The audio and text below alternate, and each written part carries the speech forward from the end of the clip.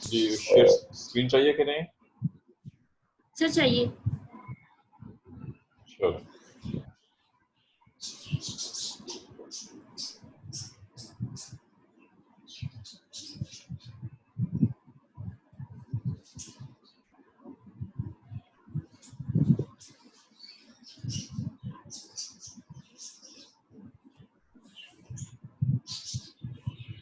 जी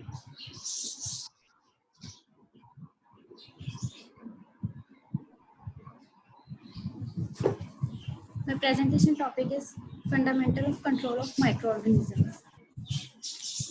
No doubt, microorganism हमारे लिए beneficial और necessary हैं, लेकिन इसके साथ माइक्रोबायल एक्टिविटीज के बहुत से जो है वो अनडिजायरेबल इफेक्ट भी हैं हमारे इन्वायरमेंट पे। सो इनके इस डिस्ट्रक्टिव इफेक्ट को मिनिमाइज करने के लिए ये जरूरी है कि या तो हम माइक्रो ऑर्गेनिज्म को किल करें या फिर इनकी ग्रोथ को इनहिबिट कर दिया जाए।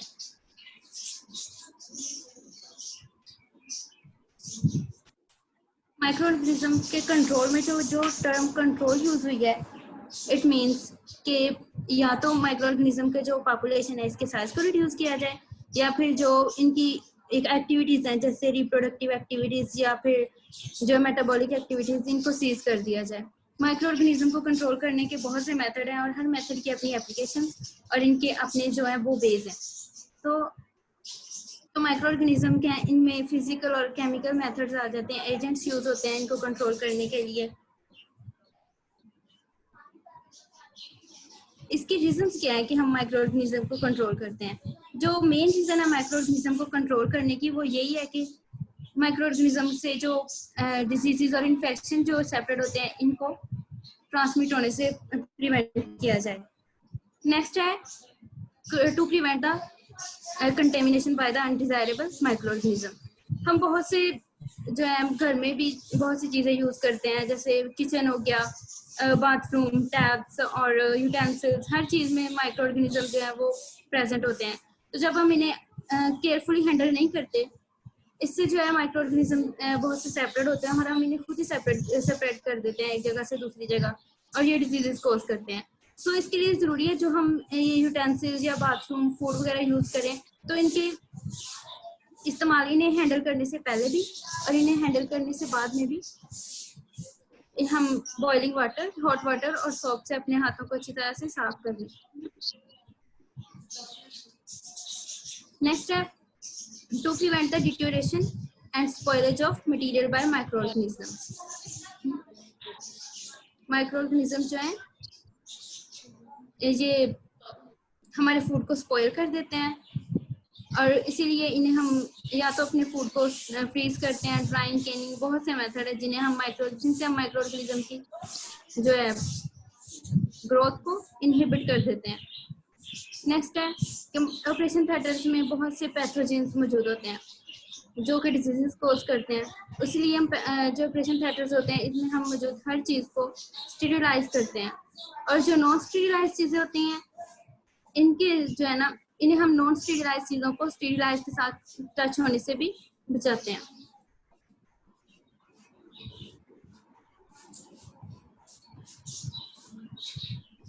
नेक्स्ट जो है ये दो टर्म्स हैं माइक्रो ऑर्गेनिज्म कंट्रोल करने में यूज होती हैं कि दो फिक्सेस यूज होते हैं, साइट एंड स्टेसिस, के बैक्टीरियासाइडल और bacteriostatic. Cide means to kill bacteria, कि या तो हम माइक्रो ऑर्गेनिज्म जो बैक्टीरिया उनको किल कर दें, जैसे फंजीसाइड यूज होते हैं फंजाई को किल करने के लिए, स्पोर्स और हाइफी या यीस्ट को। और नेक्स्ट जो है ये स्टेसिस वर्ड है, to kill to stand still, कि माइक्रो ऑर्गेनिज्म की जो ग्रोथ है इसको हम इनहिबिट कर दें, इनकी ग्रोथ को सीज कर दिया जाए, जैसे फ्रीजिंग में होता है।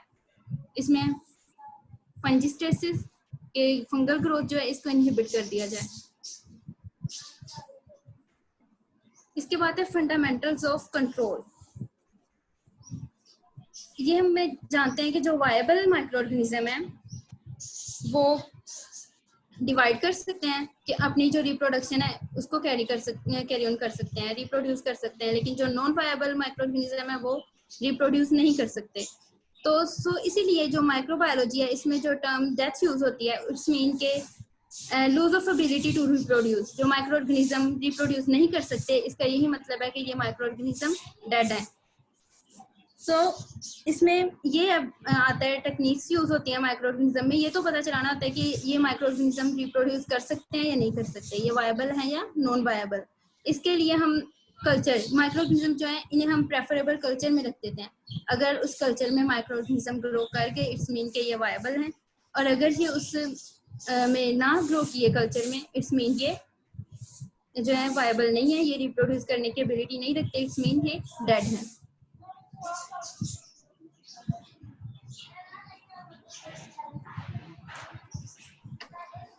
सर आवाज आ रही है मेरी? जी ठीक है।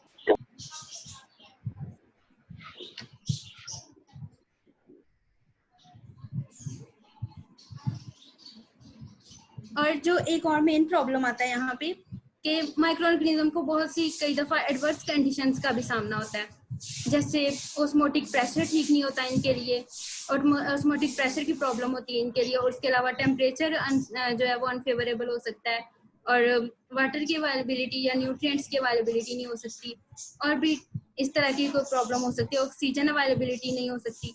इस तरह के एडवर्स कंडीशन में जो माइक्रो ऑर्गेनिज्म है ये डिवाइड नहीं कर सकते, रिप्रोड्यूस नहीं कर सकते। सो अगर हम इन्हें प्रेफरेबल जो है वो दे भी दें कल्चर, तो भी माइक्रो ऑर्गेनिज्म रिप्रोड्यूस नहीं कर सकते। तो हम ये तो नहीं कह सकते कि ये अब डेड है, क्योंकि है तो ये वायबल, लेकिन ये रिप्रोड्यूस नहीं कर सकते क्योंकि इनके लिए जो कंडीशंस हैं वो ही फेवरेबल नहीं है। तो इसके लिए जो हम टेक्निक्स यूज करते हैं, इसके लिए एक्सपेरिमेंट होता है फ्लो साइटोमेट्री। फ्लो साइटोमेट्री में जो सस्पेंशन होता है बैक्टीरिया का या माइक्रो ऑर्गेनिज्म का, वो हम उस इंस्ट्रूमेंट में डालते हैं, उस पे आपकी आवाज आना बंद हो गई है। एक्सपेरिमेंट आपने शुरू किया है, इसकी आवाज नहीं आ रही।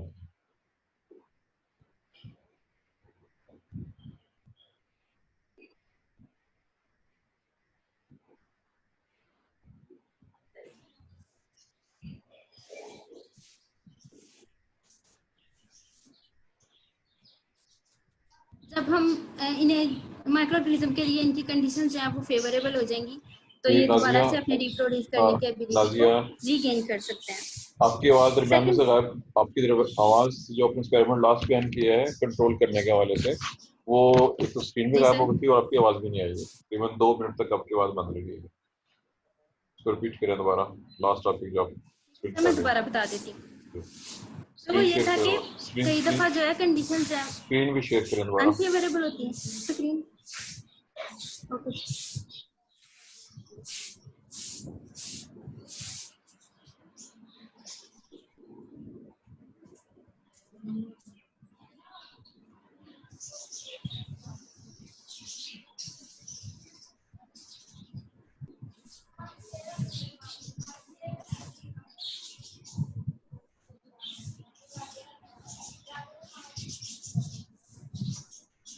सर अब हो रही है?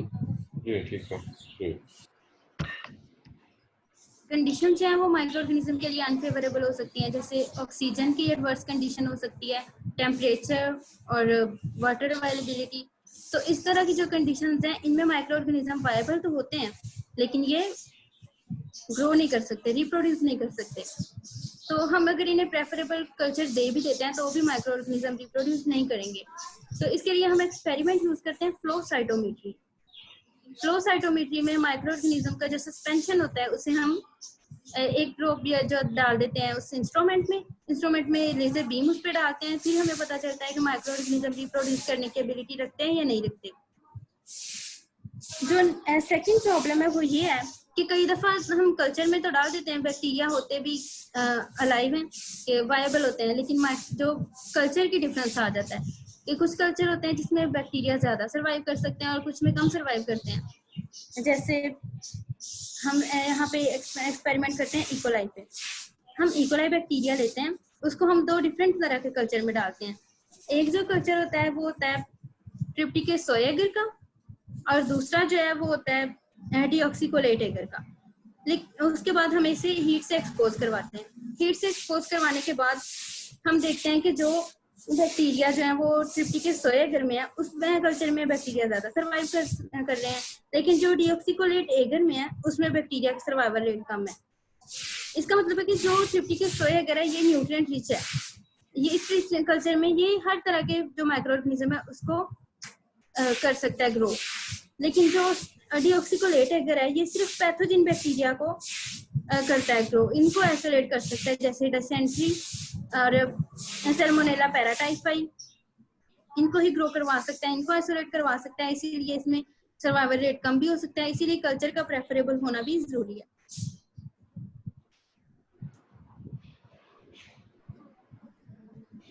नेक्स्ट आता है rate of death of bacteria. Bacteria के डेथ रेट जो है उसे फाइंड आउट करने का मेथड। अगर हम बैक्टीरिया के जो सस्पेंशन है, लिक्विड सस्पेंशन बैक्टीरिया किसी हॉट एसिड की बोतल में डाल देते हैं या किसी इंसिनरेटर से इसे एक्सपोज करवाते हैं, तो बैक्टीरिया इतनी फास्टली डाई होंगे कि हमारे लिए पॉसिबल नहीं होगा कि हम इनके डेथ रेट को मेजर कर सकें। इसीलिए किसी लेस ड्रास्टिक ट्रीटमेंट का होना जरूरी है, ऐसी ट्रीटमेंट जिसमें माइक्रो ऑर्गेनिज्म जो है वो लॉन्गर पीरियड में डाई करें। और जब हम इसको इस तरह के किसी ट्रीटमेंट से शो करवाते हैं, लेस ड्रास्टिक ट्रीटमेंट करते हैं जिसमें बैक्टीरिया ज्यादा टाइम ले डाई होने में, तो इसमें जो बैक्टीरिया का डेथ रेट। आपकी आवाज क्यों गायब हो गई है? इस एक्सपेरिमेंट में फिर आपकी आवाज प्रॉपर नहीं आ रही है, रिपीट करना पड़ेगा आपको।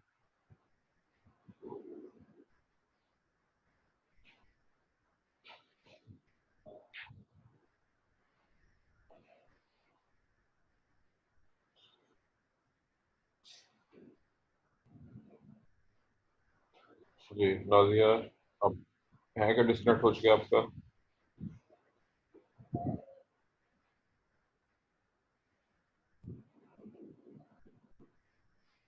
जो लग रहा है कि नाजिया डिस्कनेक्ट हो गई है। ये देखें स्टूडेंट्स में नजर रिबल क्लब आ गई है दोबारा। ये जो अपने आप एक्सपेरिमेंट था ग्रोथ बैक्टीरिया वाला, ये आपकी आवाज नहीं आई है, दोबारा रिपीट करना पड़ेगा आपको। अभी भी आवाज नहीं आ रही। इकोलाई वाला, जी इकोलाई वाली वाला इकोलाई में हम तो इकोलाई को हम दो डिफरेंट कल्चर में रखते हैं। हाँ, जो ग्रोथ थी यहाँ तक बात हो गई थी कि यहाँ तक क्लियर हो गया था कि एक में ग्रो कर रहा है, एक में नहीं कर रहा। इससे आगे वो आपकी आवाज गायब हो गई। तो इसमें ये था कि जो ट्रिप्टिकस सोया एगर वाला कल्चर है उसमें जो है वो ये न्यूट्रिएंट रिच होता है, इसीलिए इसमें ये हर तरह के माइक्रो ऑर्गेनिज्म को के लिए प्रेफरेबल होता है, हर तरह के माइक्रो ऑर्गेनिज्म को आइसोलेट कर सकता है। और लेकिन जो डीऑक्सिकोलेट एगर है ये सिर्फ पैथोजन बैक्टीरिया को ही आइसोलेट करेगा, जैसे डिसेंट्री को और उसके अलावा सैल्मोनेला पैराटाइफाई बैक्टीरिया, इस तरह के पैथोजेनिक बैक्टीरिया को आइसोलेट करेगा, इसीलिए इसमें जो सर्वाइवल रेट होगा वो कम होगा। लेकिन जो ट्रिप्टिकस सोया एगर इसमें बैक्टीरिया का सर्वाइवल रेट ज्यादा होता है, इसीलिए हम जब बैक्टीरिया को टेस्ट करें तो कल्चर एज जो है वो उसका प्रेफरेबल होना जरूरी होता है। नेक्स्ट करूं सर?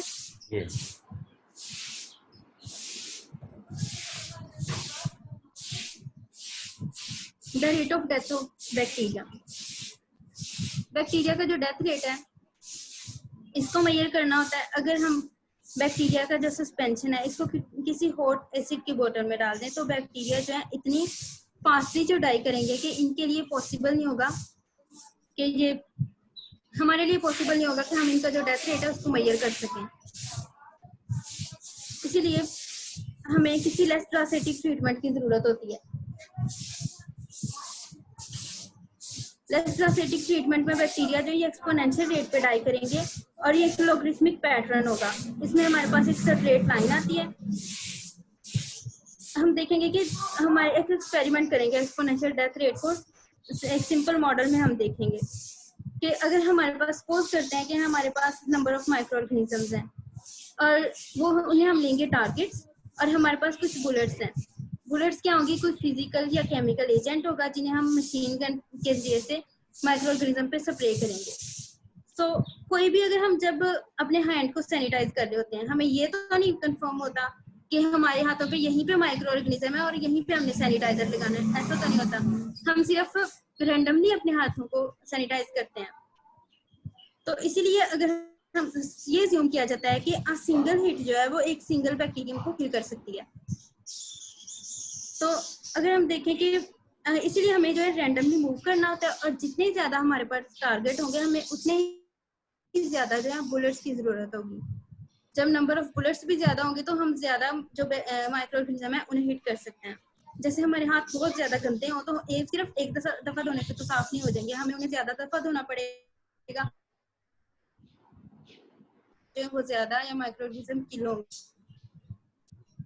सो ये कि probability of hitting is directly proportional to number of target, के जितने ज्यादा टारगेट्स होंगे हमें उतनी ही ज्यादा दफा हिट करना पड़ेगा। सपोज करते हैं एक मेडिकल एग्जांपल में, सपोज कि हमारे पास 1 मिलियन। तो फिर आवाज बंद हो गई है,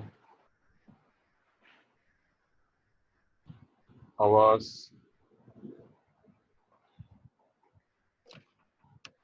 आवाज नहीं आ रही।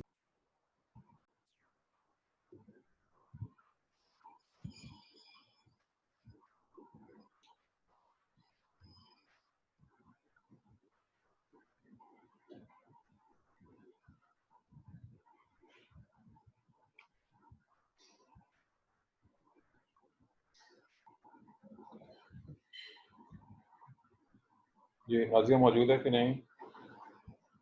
ये चूंकि इस बार मेरा नेट डिस्कनेक्ट हुआ है, लेकिन उससे पहले आपकी आवाज अनस्टेबल थी। जी, मेरी आवाज आ रही है आप लोगों को कि नहीं आ रही? सर आ रही है। जी, ये जब डिस्कनेक्ट हुआ है तो नाजिया की आवाज आ रही थी कि नहीं आ रही थी अभी कुछ देर पहले तक?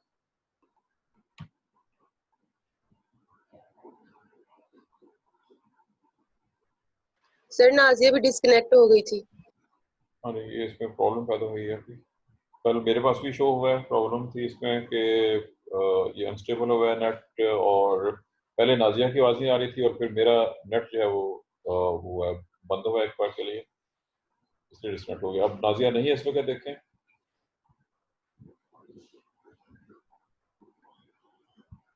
चलिए हम 2-4 मिनट वेट करें, अगर वो आ जाए। चलिए वो भी अगर आ जाती है तो ठीक है। तो हमें काफ़ी हद तक उसका टॉपिक हो चुका है मुकम्मल, लेकिन एंड पे जो भी रहते हैं उसको देखते हैं।